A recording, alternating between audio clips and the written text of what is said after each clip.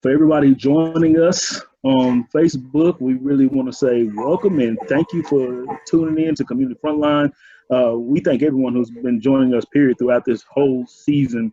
When we transition to these online forums, they've been well attended, and we just thank everybody for their comments and feedback.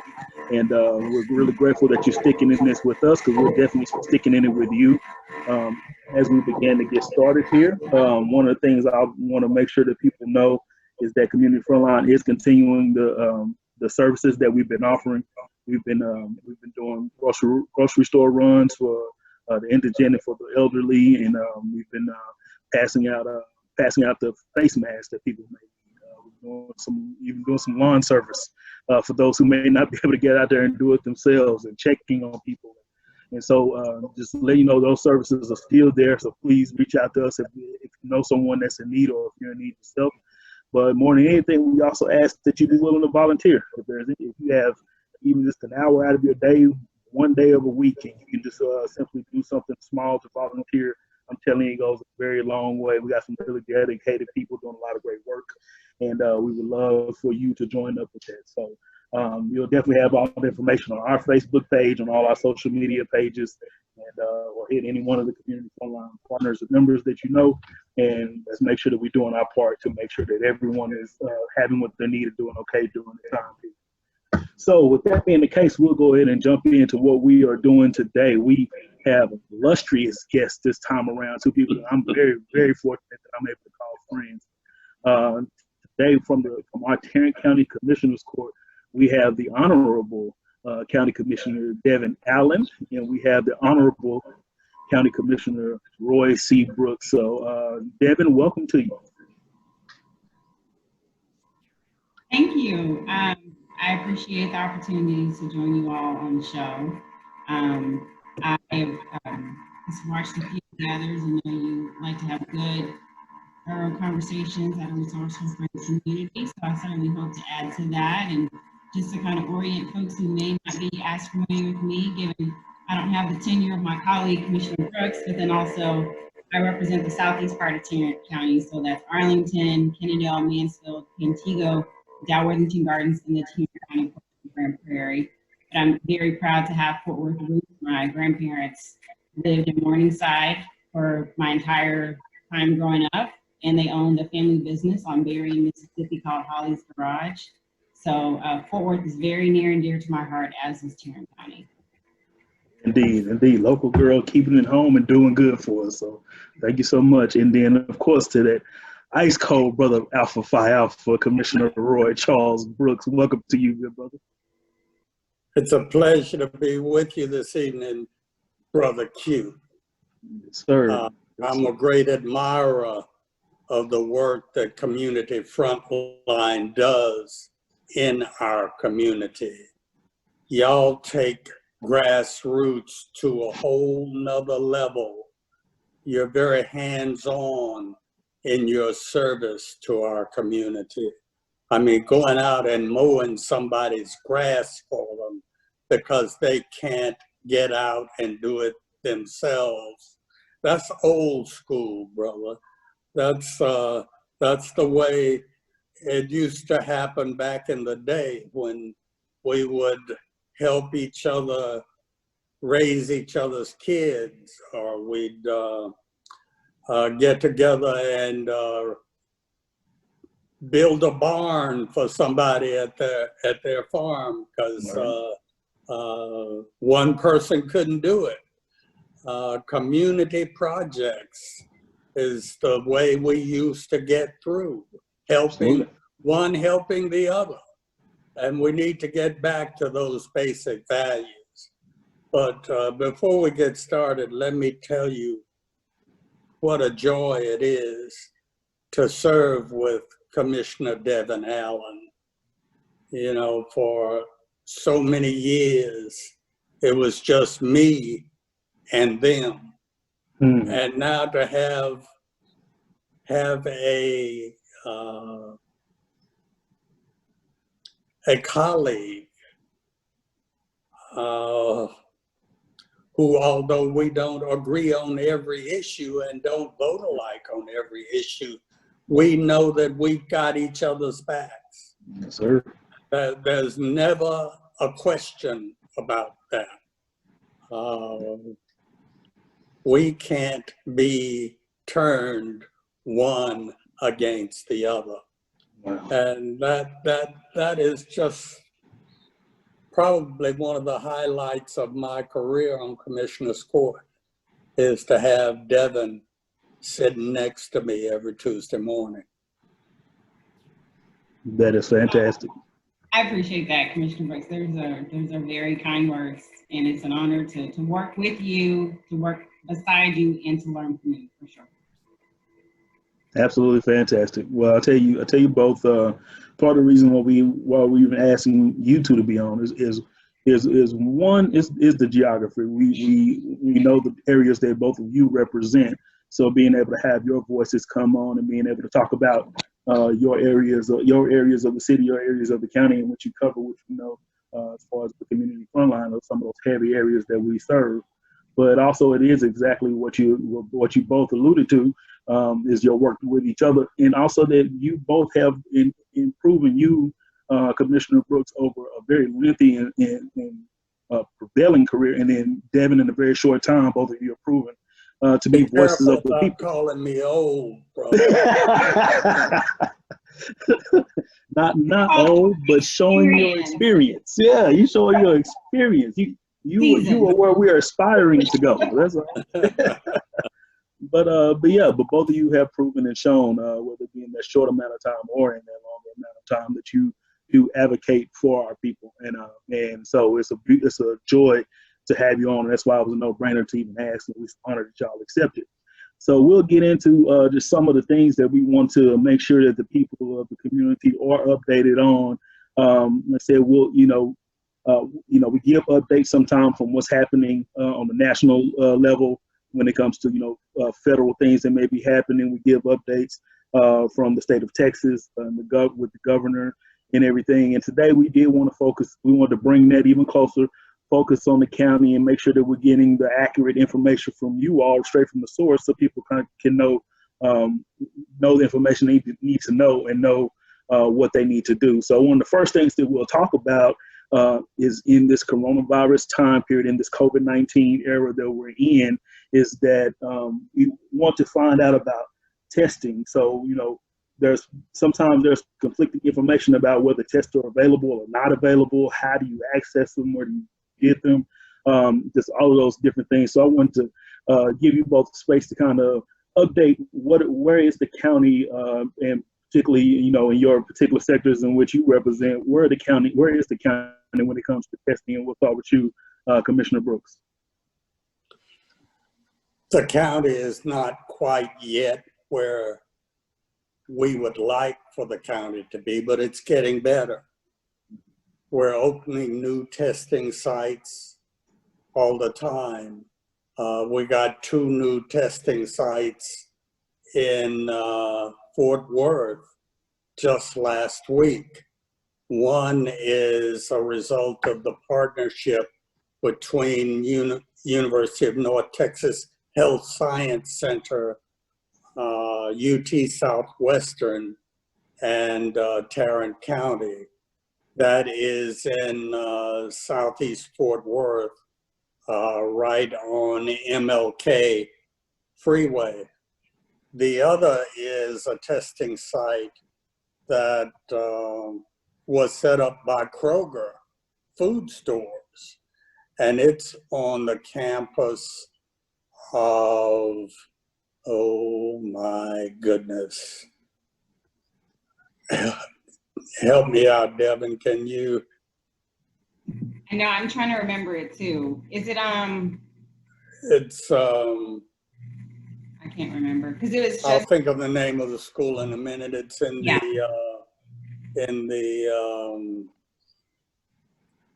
it's off of Hemphill and is it De Zavala? Okay. I think it's De Zavala school. Okay. But at any rate, that gives us about 500 test appointments a day in Southeast Fort Worth, or near Southeast Fort Worth. And that's a market improvement. Yeah, absolutely. Good. And then Commissioner Allen, what about you and in your sector of the woods over there? What is the update you may have as far as testing? Yeah, I would certainly agree with Commissioner Brooks that we need to do more testing. We're certainly working to increase that capacity.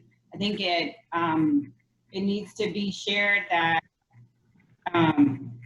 testing is still a very limited resource. And so while Commissioner Brooks has certainly advocated for changing the criteria, trying to expand the criteria of those who potentially would qualify to receive a test, and that work, some of that work has already been done by our public health department, but we had this discussion at court on Tuesday about it. There's so many things that go into a test. So there are the components of the test itself. There's the reagent that must be used once you have collected the sample safely, which requires PPE.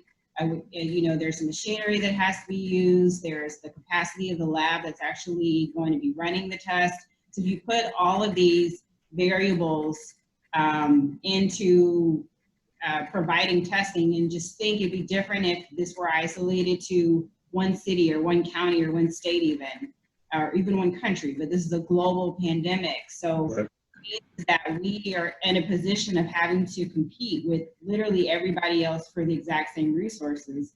And I've even been put in a position to where we have acquired resources and they've been taken by the federal government. So, we are doing everything that we can to increase that access and to make sure that people know, that where testing access is, whether that's at, some of the for-profit clinics, or obviously the no out-of-pocket expense testing that the county is providing. So there is a rolling site, if you will, that's a partnership with the county and the city of Arlington. And it was at the Parks Mall for a couple weeks, and then it moved to the Dan Dipert Rec Center in East Arlington. And then I believe it will be moving to another location further south, and this is really Arlington's approach to try to address some hotspots based off of results, as they've been seeing kind of where the highest number of positive cases are. And then I'm advocating for us to have a more permanent solution for 76010. That's, a older neighborhood, certainly folks that are working hard every day to care for their families. There are certainly older folks that live there. So it's an especially vulnerable population. And we talk about equity, and we talk about inequalities and access to healthcare and other resources, and the social determinants of health. So certainly the work that Commissioner Brooks has done and others to have a dedicated site location in Southeast Fort Worth is certainly needed. And we're working to do the same for the eastern side of the county. I think some people forget how big of a county we are. We're just over 2 million people. One of the fastest growing counties in the nation, urban county. So we have a big, diverse set of residents that we, want to work to do our best to serve everybody. No, absolutely. No, that's good. And Commissioner Brooks, go ahead. The thing about testing is that it's not a matter of money. We got money and would buy more tests, kits and reagents and machines if they were available to us. That stuff has to be allocated to you by the federal government or the state government. So just having money is not enough. You're at the mercy of other jurisdictions of government as to whether or not you get the supplies that you need to test people. Testing is going to be a very important thing as we go about reopening the economy. people are going to feel better about going to public places, going to their jobs, going to the theater, to a movie. Yeah. If they know that testing is available. The last thing I'll say right now about testing is that there are test appointment spots in Tarrant County that are going unfilled. We've got as pitifully few testing sites as we've got and testing appointments that we've got. We've still got we've got capacity to serve more people. And the way you get tested in Tarrant County is to go to the website, COVID testing at tarrantcounty.com, and fill out the survey form and let them tell you whether or not you qualify.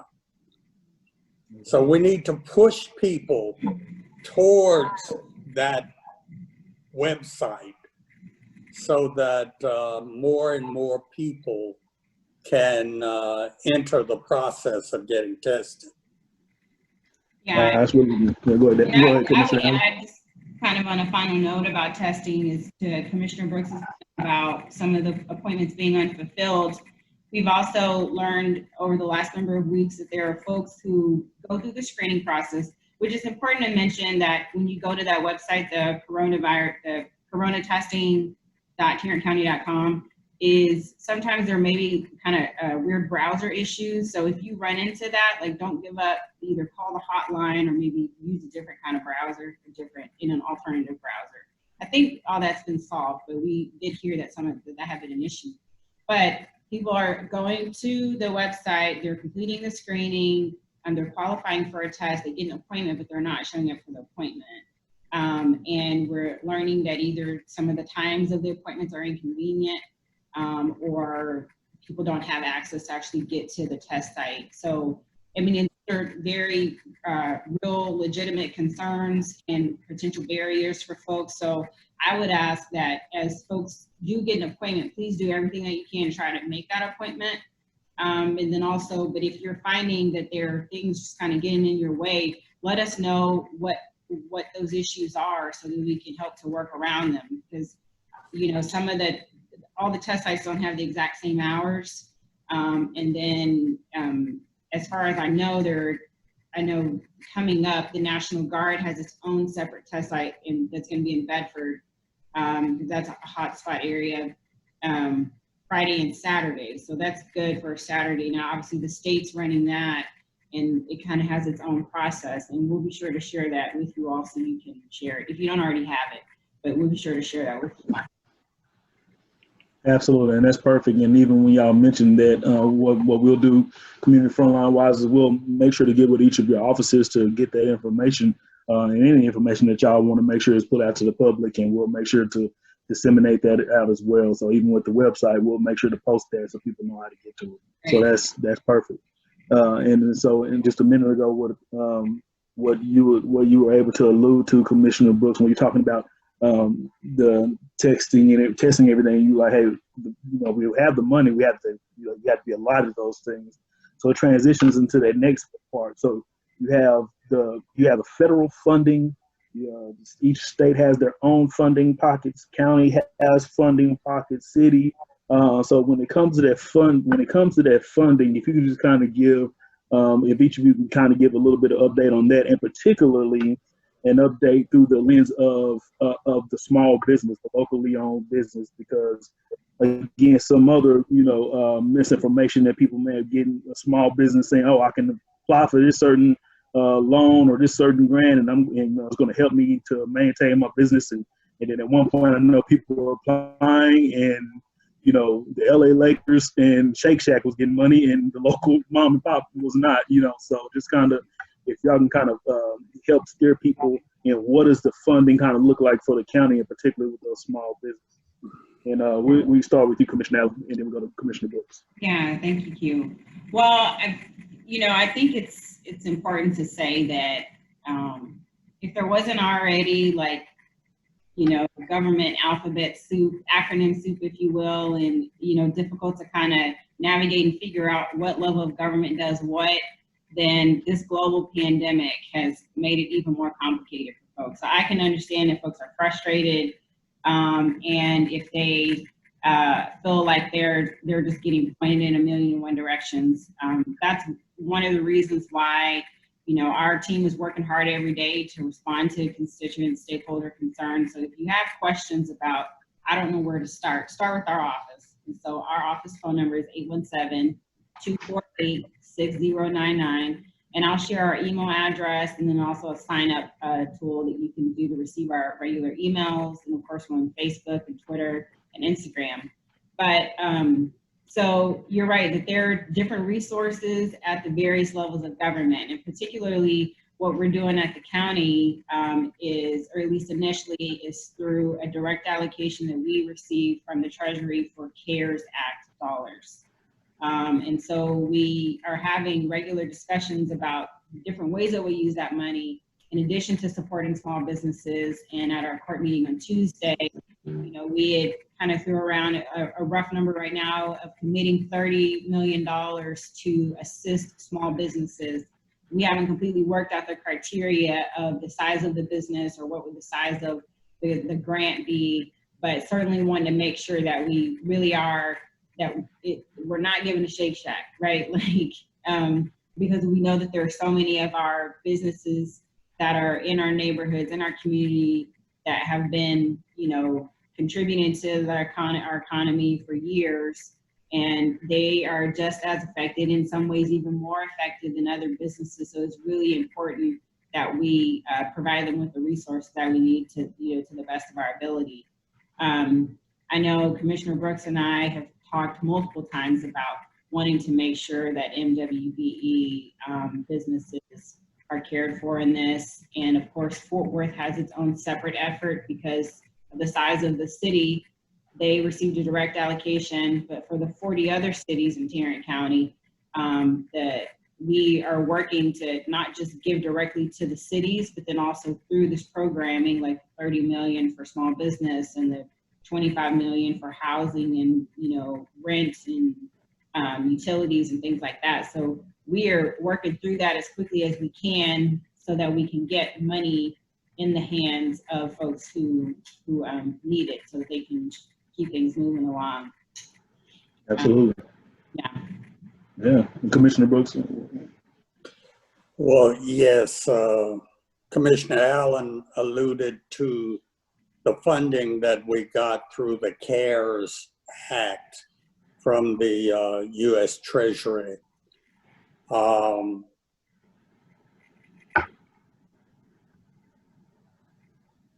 I believe the total amount of money that the county got was $208 million.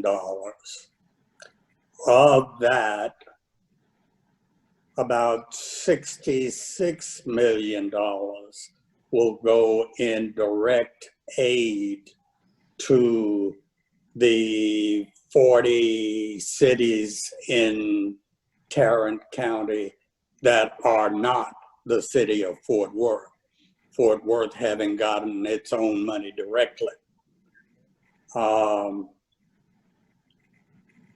These other targets for the use of those dollars are just approximate at this time because we're still in the process of developing the programs. But we've talked in terms of using $30 million to help small businesses. And when I say small businesses, I'm talking about really, really, really small businesses. I'd like to get down to the mom and pop level of business. But in any case, we'll be talking about businesses that did not qualify for federal stimulus money. We have talked in terms of businesses with fewer than 50 employees. I'd like to get down to a more granular level than that. But fewer than 50 is a good place to target. We're talking about grants, not loans. Direct grants to those businesses to help them either hold on or to help them gear up towards reopening, perhaps help with their payroll or their fixed costs. We're talking about probably small grants in the $7,500 to maybe up to $20,000 range, with an eye towards really doing a stimulus in that small business space so that the economy in the communities that Devan and I serve will be stimulated as well. It's important to us to get dollars to the small businesses that are in our neighborhoods, and that's what we'll be shooting for. Of course, in county government, you've got to be able to count to 3. Me and Devan are 2, which means that we've got to be able to peel off one more vote to get to where we need to go. But I think the court is sensitive to the issues that we have discussed about reaching really small businesses. And I expect we'll get there. And we need to get there quickly. It doesn't do us any good to have this money sitting up in our bank account. We need to get it out to the people so that it really has some stimulative effect. You can't stimulate nobody with it sitting up in our bank account. Amen to that. No, absolutely. No, well, one thing that I wanted to add to that is when we talk about some of the smaller businesses who they're doing business in a legitimate way, but they're not going to have big teams. They're not going to be able to call on their CPA and say, hey, give me my books. I'm trying to apply for this or that. They may not have a personal relationship with an established relationship with a banker, things like that. And so even though they've been running their business, everything's good. So I'm really sensitive to the fact that as we move forward with this process, whether it's for small businesses, for rental assistance, utilities, food, that we obviously have a criteria that is going to meet the requirements so that we are giving the money in the way that it should be given. But we're not adding extra layers. People have to try to figure out how to get through. Because I think, that's insult to injury, because we can't forget that this money, though it's coming from the federal government, is still tax dollars, right, that all of us have worked for. And, it's quite frankly, it's also debt that future generations, and, I'll be for that for sure. We have to figure out how that's going to be shored up. So. No, absolutely. So, again, when we're talking about the different pockets and where we're getting information, where we're getting funding, and all those things. So right now we're in the state of, the United States is open and it's not open. The state of Texas is open and it's not open. You know what I mean? And then with you two, you both represent with Tarrant County. Tarrant County is not simply Fort Worth, and it's not simply Arlington. I mean, we're talking about 40-something different municipalities that you guys are helping be able to oversee. So even those different pockets, Burleson maybe do a little different from Mansfield, and Mansfield may do a little different from White Settlement, and so just these. So when it comes to the safety from a county level, from what you all know, and I'll start with you, Commissioner Brooks. what do you recommend safety-wise for our citizens here within Tarrant County? What should we be following? What kind of safety measures should we be putting in place? Mask, no mask, gloves. I mean, whatever it is that you would kind of recommend that citizens here in Tarrant County should be following as we try to make sure that we're safe and we're not contracting or spreading COVID-19. Well, first, let me say that the governor has taken the control away from local government about regulations about how we reopen and whether we reopen. The governor has taken that ability to make those decisions away from us. His order controls. Now, I, for one, believe that he is opening up the economy prematurely. I don't personally believe that we have enough information about who's got the disease and who doesn't, who they've been in contact with and who they haven't.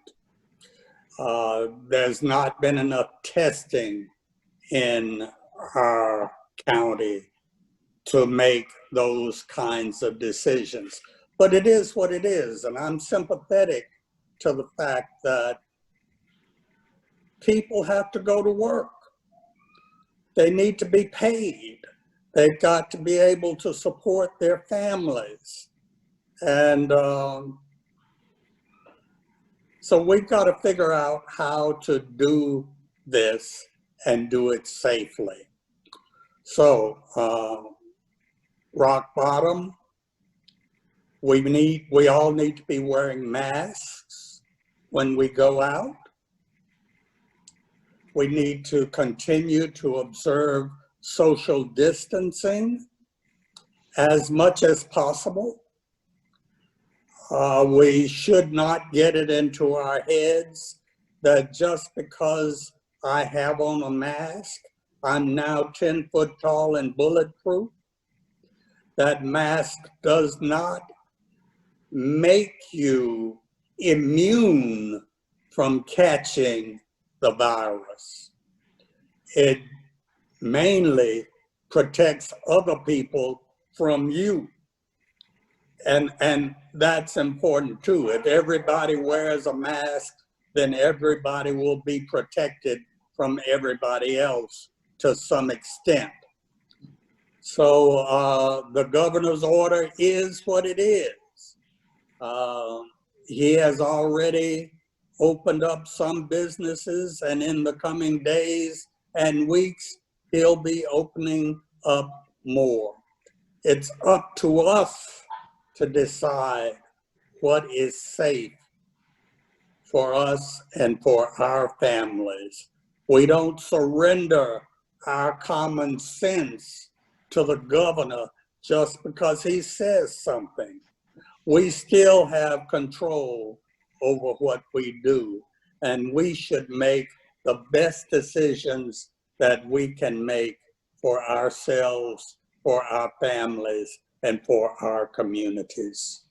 Yes, sir. Yes, sir. Commissioner Allen? Yeah. Well, I would, just as Commissioner Brooks alluded to, that the governor removed the power away from local entities, which, is, I find really interesting and ironic, given the fact that the state generally was slow to respond in the first place. And so the onus was on local government. And so I think it was just about two months ago that we put our disaster declaration in order, and then, sometime after that, put the stay-at-home order in place. And I'm sensitive to the fact, obviously, that our economy has been so significantly impacted, and what that means for people in their day-to-day lives, and kind of the outlook of the future. But again, to what Commissioner Brooks shared is, I think that we moved forward way too soon, or that the governor, through basically putting an order in place that was superseding the local order, putting that in place was premature. I think it's dangerous. I think, you know, with any situation, you hope that you're making a decision based off of what you know at the time, and getting as much information as you can, and making a decision off of that. And so that's what we're all trying to do every day, right? Whether you're in office, whether you're leading a business, taking care of your family. But so the indicators for us to open up were not there. And so now, you know, what do? We do have to make sure that we continue caring for our community. I wear a mask as often as possible. Sometimes on the bench it's not always possible because we're trying to talk, but we try to rotate and stay away from each other as much as possible and all those things. But I wear it because I'm not in one of those kind of higher risk or more vulnerable categories. That doesn't mean that I'm immune to it. That doesn't mean that I couldn't catch it and that I couldn't, you know, suffer some severe consequences. But I wear a mask for the people around me because I care about them. Because, you know, aside from the fact that I was an EMT, just, you know, I guess you could say, you know, I was raised right, and I was raised to consider someone else, right? And you should do your best to care for someone else. So it's wearing the mask, it's washing your hands, it's using hand sanitizer, practicing the social distancing. And just like the work that you all are doing with Community Frontline is making sure that you are doing what you can for those who perhaps aren't in the best situation to do it for themselves, given, you know, kind of all the constraints of things. And quite frankly, none of us know when it's going to be us to need that help, and you don't do it to get it in return. But there is something about, you know, sowing those seeds of compassion and sowing those seeds of generosity. And really just, I think, you know, when you get to your, you know, who's on your street and who's in your neighborhood and, you know, who you see at the grocery store on a regular basis, like, that's all of us, right? Like, so I think it's really extremely important that we continue to practice all those tried and true public health prevention measures. And, you know, we have a public health director, and our public health team is working so hard. Obviously, so many other folks on the front lines that are working so hard. And so think of them, right? And it's not that big of a deal, but imagine if that was your mother, if that was your son, if that was your cousin, your best friend, who's every day, it is their job to risk their lives. And the risks are even higher with each passing day. The risk is not decreasing. In fact, the risk is still just as high, if not higher. Because again, to what Commissioner Brooks shared, there's still so much that we don't know, and that we have, you know, we're all learning as we go, but, you know, we got to do everything that we can individually to care for one another. Absolutely. We need to call a spade a spade. The governor did not make a decision based upon science. The governor made a political decision, and that may or may not be to our benefit. He made it based upon what is to his benefit politically.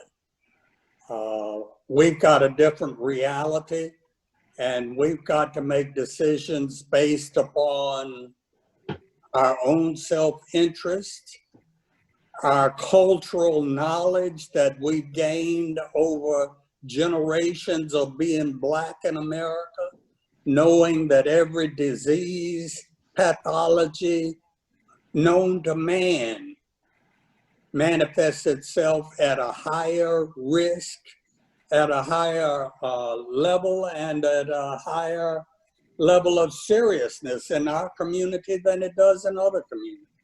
So we've got to take all of that into consideration in deciding what is best for us.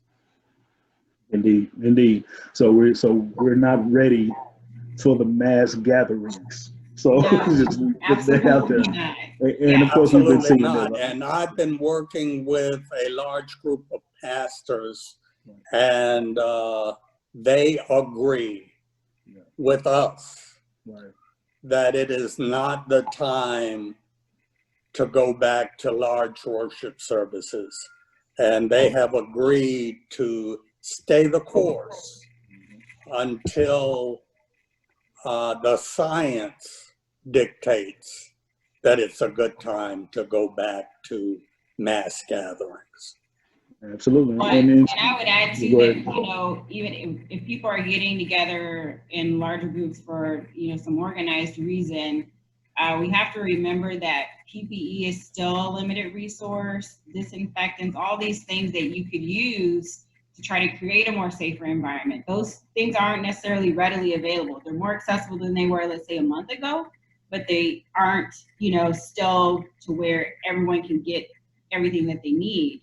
And then for some of the, you know, other gatherings that are more social oriented, like I get it. I know that people are tired of being cooped up at home. You want to see your friends, you want to see your family, you want to have that sense of camaraderie, that community. I do too, but you know, I think it's really important that we remember that we still have to be concerned about one another. We have to be concerned about, even though you and I may be okay, if we go home, you know, like I haven't seen my grandmother in months, and I see her on a weekly, I used to see her on a weekly basis. She's 5 years old, she's a cancer survivor. I would be devastated if I knew that I was doing something to potentially cause her harm. So like for her birthday, we did, you know, the whole drive-by parade and all of that. And I didn't get to hug her. You know, I didn't get that mama hug. That's what we call her, mama. I didn't get that mama hug. You know, but, you know, so, and I know that there's so many other relationships that people have that you want to make sure that you're staying connected to people. But we're just, to Commissioner Brooks's point, we're just not there yet. So the best thing that we can do to care for ourselves and one another is just to try to keep chilling. Completely agree with both of you. And, you know, just like you spoke about the science aspect of it, you know, thankfully we're beginning more and more to be able to get the testing and everything. But even as the testing comes, the demand for the testing is going to be for those who are exhibiting symptoms. We're still in this space now to where there are people who are asymptomatic that can have COVID-19. So, you know, as far as for me, I've been completely healthy, haven't had any symptoms or anything like that. It doesn't mean that I'm not a carrier. It doesn't mean that hug and that handshake and that those droplets even that I would exude to someone is not the thing that would help them to contract the virus. So we have to be careful, and we have to make sure that we're being as safe as possible. Completely agree with both of you. And so at this point, we'll kind of transition into just if there are any resources out there that you feel like that that people need to know about that maybe they don't know yet. So I know y'all mentioned one earlier about the testing site they can go through the county. I know that may be some news to a lot of people. So you know, are there any resources that either one of you would like to put out for people to be able to take advantage of, or what they may be able to know about? And I'll start with you, Commissioner Allen. Yeah. Well, so, and I kind of spoke to this earlier, is that it can be confusing to know which level of government to go to for what. It could be the same with nonprofit organizations and who's providing what opportunity, whether that's because you want to volunteer, because you want to give of your dollars, or as you are looking for ways to receive the resources. So we have, you know, one of the things that I made a priority was to ensure that we were getting out information as quickly as we can, that was timely, that was accurate, that was on a regular enough basis to where we wouldn't inundate folks, people with, you know, stuff. So we send out regular emails once, twice a week. We kind of dig deeper in some of the issues, or it may just be about teletown halls that we have coming up. We've hosted a series of teletown halls. Some of them are general in nature, and then we get more specific about rents and housing or childcare. We have a senior citizens town hall coming up tomorrow from 11 to noon. We'll be sure to share that information with you. And so for all of our town halls, we record them, and then we send out the recording. It's just through SoundCloud. So then if you want to go back and listen to it, then you can do that. Now, some of the information could be slightly outdated, but at least you know kind of where to go. And then we post regularly on social media. And then we do snail mail with our teletown halls. We call directly out to landlines in our precinct. We do text messages. We try to cover all the bases because we know not everyone has the same preference in terms of how they communicate. And then, of course, people can always contact our office to ask questions. And I think it's really important that, you know, Texas, unfortunately, is not necessarily known for being a civically engaged state, right? We have, you know, some low voter registration numbers, low voter turnout numbers. I'm hoping that obviously that things will look better, but we also aren't necessarily known for engaging with our government. And I think that's really important that people know to do that. And so reaching out to who represents you on the various levels of government and making sure that they know who you are and that they hear from you regularly. That is the reason why we're here, is to make sure that we are serving our constituents. And if you reach out to your elected official and either they or their staff, if they have a problem in getting back with you, that tells you a lot. And so for me, that's unacceptable. That doesn't mean that we don't ever call, but I think it's really important that and especially now, that making sure that those people who are in office, and it's their responsibility to ensure that you are hearing from them and that you're getting information, things like that. Like that's really important. Absolutely. Commissioner Brooks, any resources that you would like to point people towards? Well, we're in the process of developing a number of programs with our CARES Act funding. We talked about the small business piece. We're also looking at doing rental and mortgage and utility and even child care support. One thing we don't want to happen is to get to the end of the moratorium on evictions and all of a sudden we've got this whole new big pot of homeless people. We want to be able to work with the tenants and the landlords and come to a meeting of the minds such that people can stay where they are and the landlords can get some satisfaction in terms of rent. We also know that it's important for people to be able to pay for child care if they're going to go back to work. So we're looking at a program that will subsidize child care for maybe a month or two until people can get past that first paycheck. These programs are still in the development stage.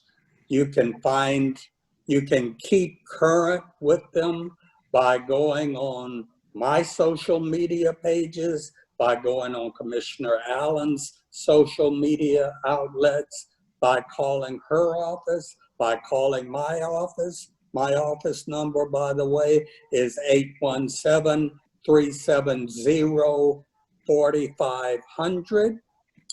Call us if you've got a need. We'll try to help you figure it out. Absolutely. Absolutely. So yeah, so we'll definitely be pushing people to both of your social media platforms. I know both of you spoke to the newsletters and the updates that y'all sent out. So we'll definitely encourage people to be signing up so they can receive the latest information directly from your offices.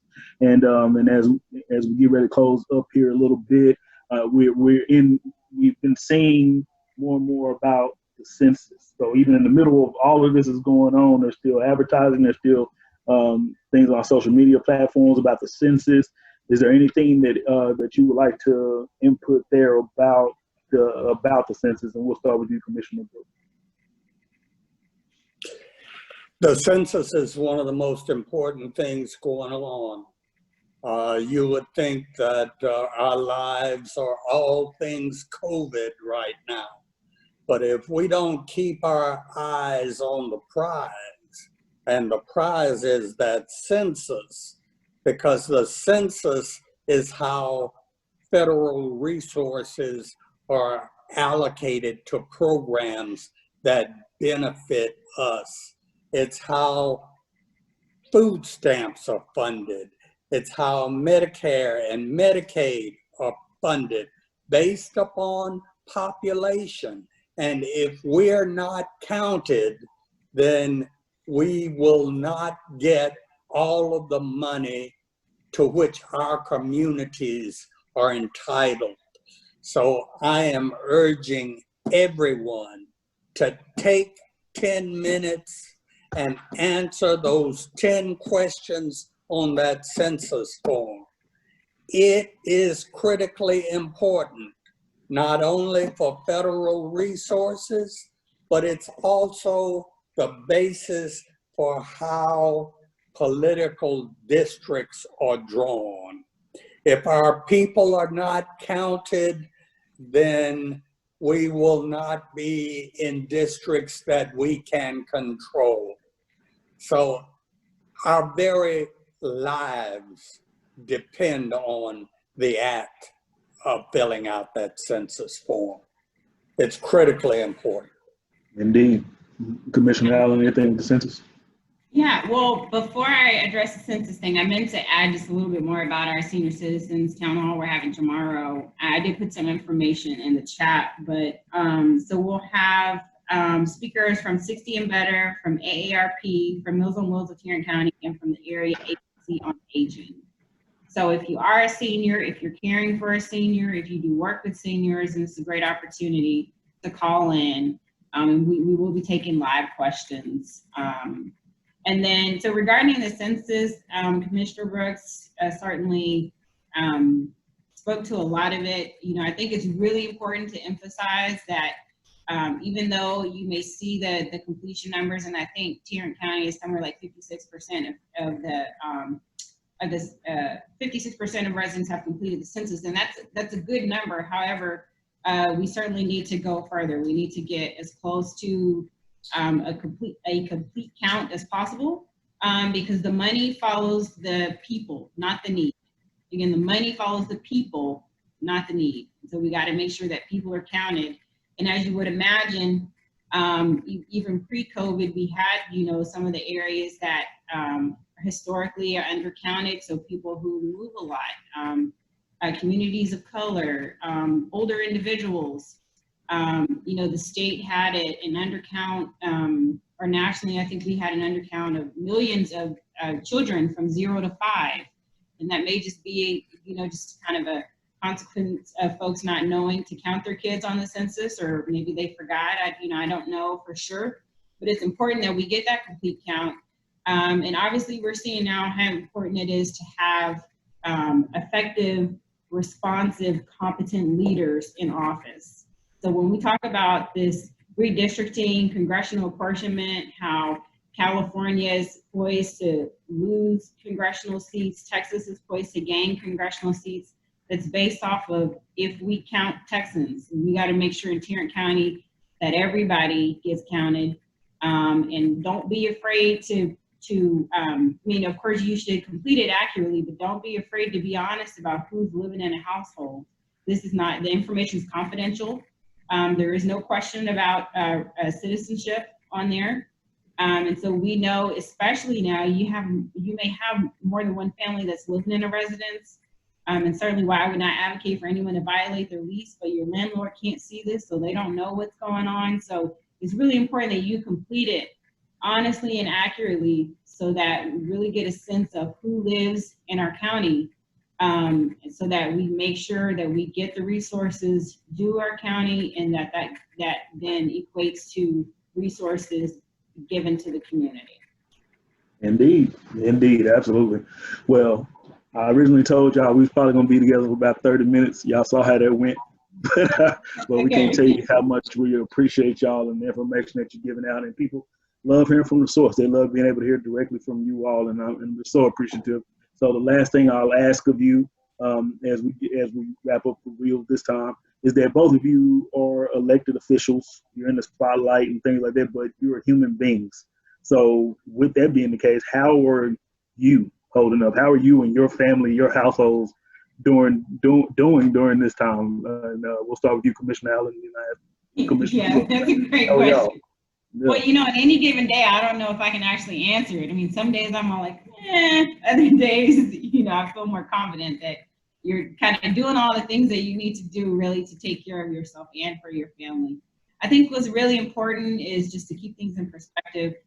You know, I've tried to be more consistent pre-COVID to really write down things I was grateful for, but certainly since COVID, you know, it really has been those simple things that have meant the most and has reminded me, you know, just really the extreme blessing it is to be alive, to be healthy, to even be in a position to make the decisions that I'm making, even though it's frustrating because we're confronting systemic issues rather, right? And Commissioner Brooks had alluded to that. You know, I certainly feel privileged to serve on the court, and I'm glad that, you know, folks hired me to do the job.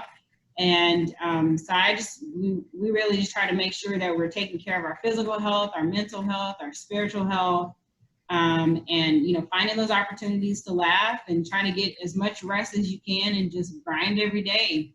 You know, it's nonstop. But I think really that the main thing and what I would encourage everybody to is just, you know, instead of thinking about all the things you can't do right now, think about all the things that you still can do.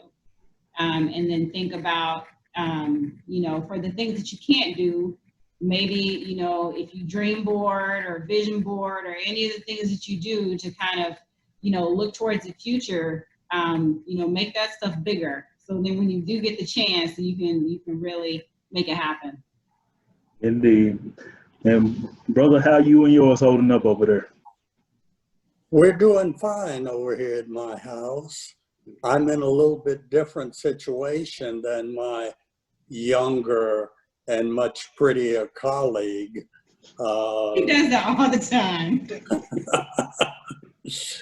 I am in a couple of high-risk groups. I am a senior citizen. I'm a cancer survivor. Yeah. I have a history of respiratory problems. So I need to be concerned about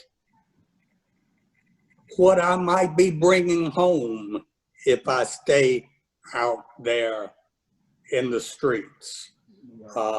And I would encourage our young people to think about who you've got at home.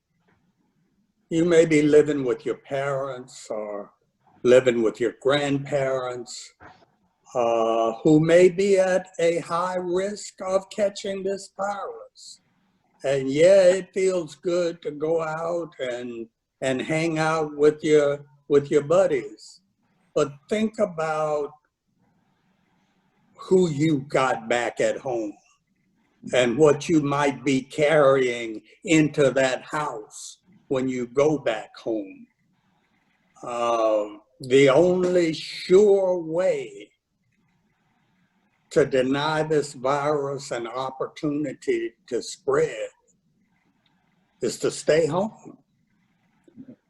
And if we could all do that together for just another short while, we can break the back of this virus and not have to worry about it again. As it stands now, I'm very concerned that we may have another round of this thing in the fall as the weather begins to get cold. If we would do the right thing now, it's very possible that we could avoid that situation. So be concerned about who you love and how you protect those that you love. Don't be out there just thinking about yourself and then pick up something and carry it home and spread it around your house, because my dear them may not have the same resistance to the virus that you do. And you may actually be doing some life-threatening damage by hanging out there. Indeed, indeed. Well, again, we truly appreciate both of your time. We know how busy things are right now, so you literally taking an hour out of everything you got going on means the world to us. And I know that there's many questions that we didn't get to for those who may be watching this feed or going to view the video later. But one of the hopes I hope you take away from this is, and one of the things I hope you take away is how accessible they both are. Call their offices, reach out on their social media platforms.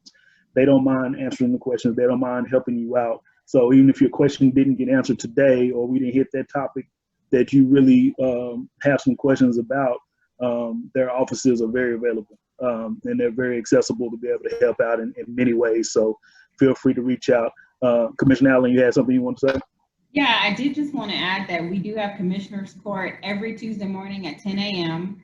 And so kind of in the way of practicing social distancing and wanting to make sure that things were just as accessible, people can call in or they can email concerns, questions, comments about things that are on the agenda, or if it's not on the agenda.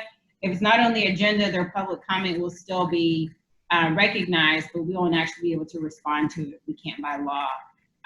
So you can go to tarrantcounty.com, and then you can to access the court agenda. There'll be a little button that'll show you has a link to the form you can complete to provide your comment, or if you want to email something in, or if you want to call. What'll happen is if you indicate that you want to be called, then we will call you during the court meeting. So that's a way I think that's really good. A benefit of, if you will, of kind of the times is that our court meetings are that much more accessible to folks to kind of weigh in. Absolutely, that's great. That's great to know. That's great to know. And so, Commissioner Brooks, we were about to say something. Go ahead. Q, I just wanted to thank you and Community Frontline for providing this valuable service to our community. Y'all have been a reliable partner. You do great work in our community, and I support you in everything that you do. Truly appreciate that. Absolutely. Thank you both so very much. And I'll say this, and we'll close it out.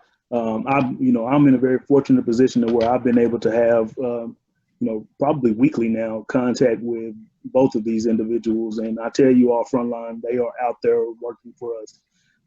They're keeping us at the forefront of their minds. They're doing things behind the scenes to make the best decisions, to make sure that everyone is safe and taken care of. And I can't sing their praise enough to be, particularly in politics and when it comes to elected officials. I know from being with myself now and also being in a seat where I'm out, where just being a constituent, it always seemed like, those in those seats, they really don't care. They're not doing enough. I'm telling you right now, these are two that genuinely care and go to bat for our people on a daily basis. So it's deeply appreciated. Thank you for your time. We're going to send out all this information that you'll be able to access Frontline, so you can make sure to know the latest information and stay in contact. And for all of my partners at Community Frontline, for both of my friends in the Commissioners Court, we thank you for your time and attention, and we will see you again next week with another forum. So, all right. Thank you, Q.